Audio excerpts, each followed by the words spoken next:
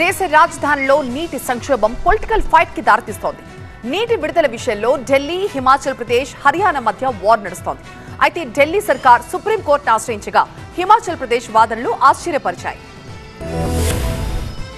Heat wave నీటి ఎద్దడితో ఢిల్లీ వాసులు తీవ్రంగా ఇబ్బంది పడుతున్నారు. రిజర్వాయర్లలో నీటి నిల్వలు అడుగంటడంతో అవస్థలు పడుతున్నారు. 10 కాలనీలకు ట్యాంకర్ల ద్వారా నీటి సరఫరా చేస్తున్నారు అధికారులు. దాంతో నీటి కోసం ట్యాంకర్ల వెంట పరుగులు తీస్తున్నారు జనం. ఇక నీటి సంక్షోభంపై ఢిల్లీ సర్కార్ సుప్రీంకోర్టును ఆశ్రయించడంతో విచారణ జరిగింది. హర్యానా, ఉత్తరప్రదేశ్, హిమాచల్ ప్రదేశ్ లాంటి పొరుగు రాష్ట్రాల నుంచి అదనంగా నీరు అందించాలని కోరుతూ పిటిషన్ వేసింది. ఈ క్రమంలో నీటి ఎద్దడికి పరిష్కారంగా 137 క్యూసెక్కుల అదనపు జలాలను హిమాచల్ ప్రదేశ్ విడుదల చేయాలని సుప్రీంకోర్టు ఆదేశించింది. ఆ నీటి ప్రవాహం ఢిల్లీకి సరఫరా అయ్యేలా సహకరించమని హర్యానా సర్కార్కు సూచించింది.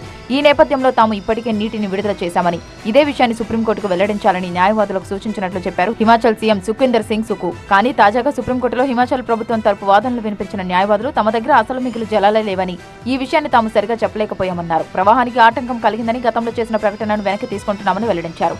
అయితే దీనిపై చర్యలు తీసుకునే వీలుంటుందంటూ సుప్రీంకోర్టు తీవ్రంగా రియాక్ట్ కావడంతో హిమాచల్ న్యాయవాది కోర్టుకు క్షమాపణలు చెప్పారు. దాంతో ఢిల్లీ నీటి సంక్షోభానికి ఒక ముగింపు పలికేలా పరిష్కారం చూపాలని అప్పర్ రివర్ యమునా బోర్డుకు సూచించింది సుప్రీంకోర్టు.